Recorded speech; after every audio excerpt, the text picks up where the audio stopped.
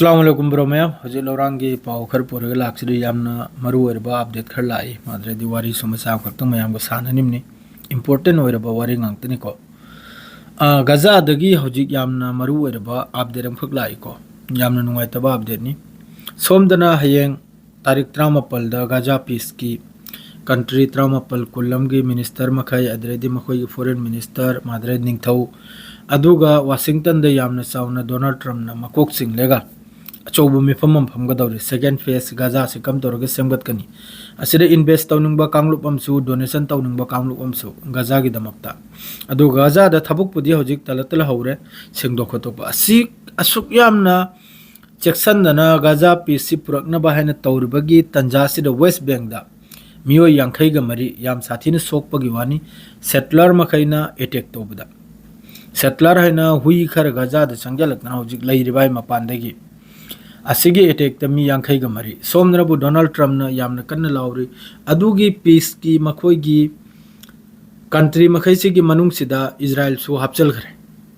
Israel Netanyahu सु याव खराब हजकी वारी सानब सिदा हे 19 तारिख असिपुन मक्सि मरम ओइरगनी हौजिक ईरान अमसुंग Israel Gaza Iran Israel USA लापथोकनरि से लानगी अदुमकपु नेतन्याहु न चतना याम कन थौगत थौदा तौरुरे डोनाल्ड ट्रम्प ने बिल्कुल यारक्तरे थामगी मतम पिरे थामे मतम ईरान दे पिरे इसिनबु थासिगी मनुंगदा ईरान न्यूक्लियर डील यावसिनी याद्रसु याव यादब तारगदी अदुगी नतीजा याम फरोसिनी अदुग लोगेदा अमका अमेरिका की तरफ तगी कंफर्म ओरे मखोइगी हौजिकी अनि सुब एयरक्राफ्ट अचौबदो ईरान तमना लाकपसे असिम लेरे सोमनबु पीस की मीटिंग नाइनसु तौब सारेगा अदुगा सोमदना गाजादा मी यांखैगा मरी सेटलर मखैन वेस्ट बेंगल यांखैगा मरी अर्जी यामग्र पोनी असिगी मथक्ते अटैक अदुगा सोकप याम साथीना असिगी तंजासिरे चाइना न वा मखुकलई रेड सी दा हौजिक इंगना लैरिसे रेड सी सिदा गाजा की सिसफायर तौखिबगी मतुंग द रेड सी दगी फत्तब वाथोक अंबाव थोलक्तरेबा फलाना जहाज के मथक्ते अटैक तौई फलाना दुई मथक्ते अटैक तौवेना चाइना ना हाइनिंग सिने गाजा अमसुंग इजराइल सिसफायर तौखिब मतंगदा रेड सी ने इंगरिसे सी मयाम सोचिउ सिनाब मयाम खंथबिउ सिनि कोकलंगथबिउ सिनाब अदु अडी रेड सी फिलिस्तीन का मरी लैने याबा हुती की तरफ तगी अदुना मान हाइनिंग से अदुना परमानेंट सिसफायर परमानेंट सी की रीजन से इंगिबगी दमकता जिस तरह हौजिक सिसफायर ऑफ द रेड सी इंग्री से सुम इंगल गवडी परमानेंट सिसफायर तौसिना चाइना न हारसे अदु सोमनना बु पीस नि हाइरे 19 तारिख फमगदोरी चाउन मिफम सोमनना गजा मनुंग कन तौब तोकते जुलुम तौब तोकते अदुनी मखोई पॉलिटिक्स सोमनना मतम सु पीरी थाम गे अदुगा ईरान तमना पुजल पुसु तोकते खुचु खुलाई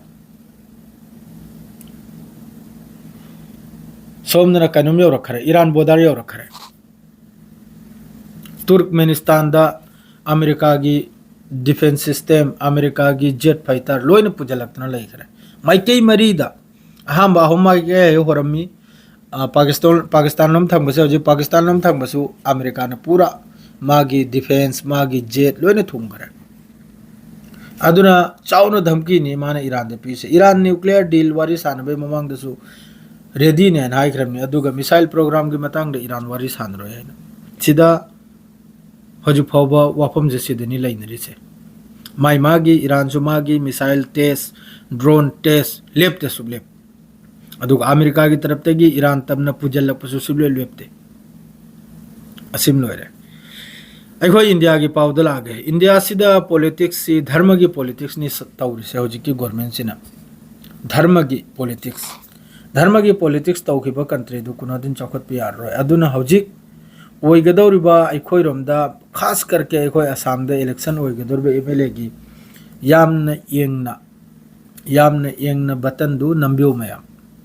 यामना यंगना अलाल बद नम उतारगदी अमका मिया मुस्लिम हिंदू सीएम को ओइगनी अदुना अदुकुंबा ngang ba sariba party du da gilap na layo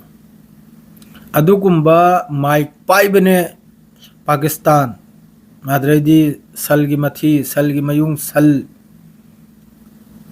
adredi miya Hindu Muslim mandir masjid tawruba party do adudagi lap na layo अदु अर्दी चाउखटलनिमनि नत्रदि हौजिक खरनी ममांगदा मिया ड्राइवर अमना लुपा मंगानी रदी अदुई महत्ता मरी पिरम लेगा माबु अवाब पिरम हारिबा चीफ मिनिस्टर अखोइगी असम की चीफ मिनिस्टर अदुगी मतुंगदा अमक्का शॉर्ट रेंज ता M तौरगा काप minister अयुक नोंगालकनी mic पाइगनी मिया मुस्लिम बो तकलीफ तौ मखोइ बो अदु तौहलगनु अता तौहलगनु अदुगुंबा स्टेटमेंट दुता पीरिबा असम की चीफ मिनिस्टर अदुगुंबा पार्टी महोइदुना लैरबा पार्टी अदुगुंबा पार्टी दुना हेड स्पीच ता 70-80% हेड स्पीच पीरिबा चौखटपगी कम तौरगा जॉब पुथोकनी कम तौरगा चौखटकनी अदुगी मतमदा अदुगी मरमदा वामंग आंग्रबा जॉब करिगी पीद्रिम नाबदा पाकिस्तान दे चखरिबा आ नेहरू दे चतखरिबा आ कांग्रेस पार्टी दे चखरिबा जॉब करिगी पीद्रिम नो सी थबुकसी करिगी तौद्रिम नाब कांदा आ नेहरू ना पिरंबरा आ कांग्रेस ना पिरंबरा आ पाकिस्तान दा अदुम तौ यान चखरिबा पार्टी लारिक हाई तब तनी गायग्रे अदुगुम पार्टी दु लारिक हाई बम पाव यावदे लारिक हाई तब हाई बुबु याम साथीना मादरे हौजिक नबो अमक्का बिलम पास तौखरे बंदे मातरम हाना सोलबा जनगणगी ममांगदा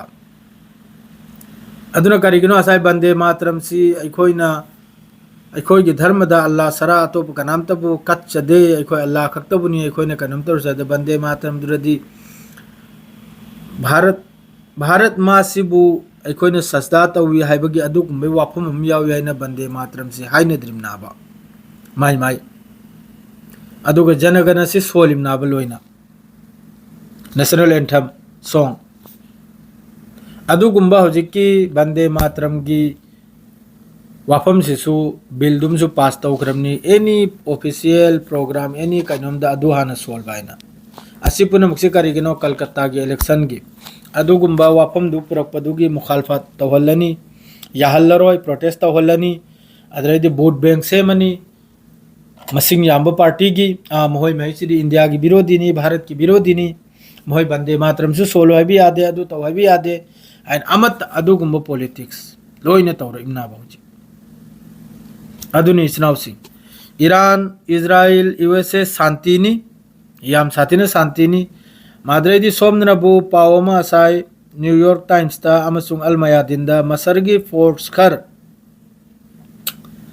सोमालिया रा कइनो अदुदा चप्पगी डिप्लॉय तौबगी पावनिको अदुसु मथंगी पावदो लाइव ता होरल डिटेल्स ता हाइजरगे अदुगिदुना हौजिकि दिसवाइस रिलोइजरगे सलाम अलैकुम।